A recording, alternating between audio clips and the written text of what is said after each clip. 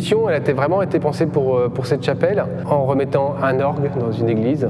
Et une deuxième œuvre qui est présentée, qui est un retable de Dominique Blé. Et on souhaitait que les deux œuvres viennent sur un peu cette question de la fin de vie, qu'est-ce qui peut se passer après la mort. Et donc c'est très en lien avec cette idée en religion, en tout cas du devenir de l'âme dans l'autre monde.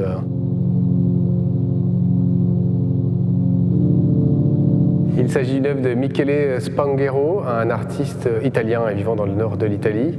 Adlib, une œuvre qui a été créée à partir de 2013, qui consiste en un jeu de tuyaux d'orgue alimenté par un respirateur artificiel.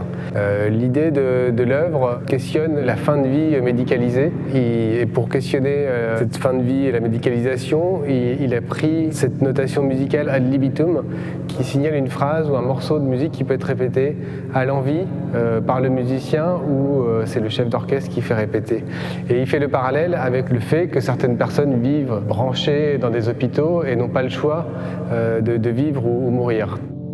C'est une œuvre qui est antérieure au Covid et c'est vrai qu'elle a pris une nouvelle signification, en tout cas pour le public. Donc il y a cette dimension peut-être un peu effectivement aussi funèbre d'avoir ce respirateur qui joue un requiem.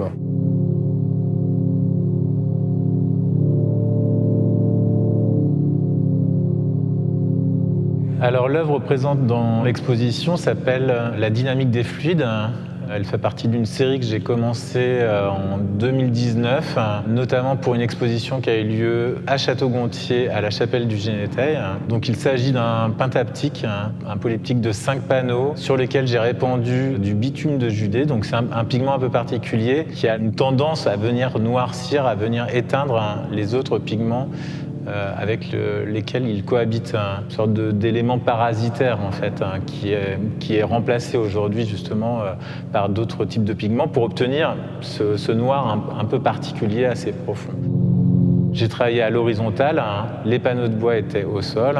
Je suis venu par endroits répandre par flaques des pigments mélangés avec de l'essence de térébenthine, de l'huile de lin et des cicatifs. Donc vraiment les matériaux qu'on utilise dans la peinture à l'huile traditionnelle. Et il y a eu un temps de séchage assez long, de plusieurs semaines, qui fait que la peinture s'est transformée aussi entre le moment où j'ai arrêté d'intervenir sur elle et le moment où je suis revenu pour redresser les panneaux. Dans le résultat, il y avait une dimension cosmique qui tendait justement à représenter d'une certaine façon l'univers. Et on sait assez bien justement qu'il y a des passerelles ou des liens qui s'opèrent entre la question du sacré et l'espace.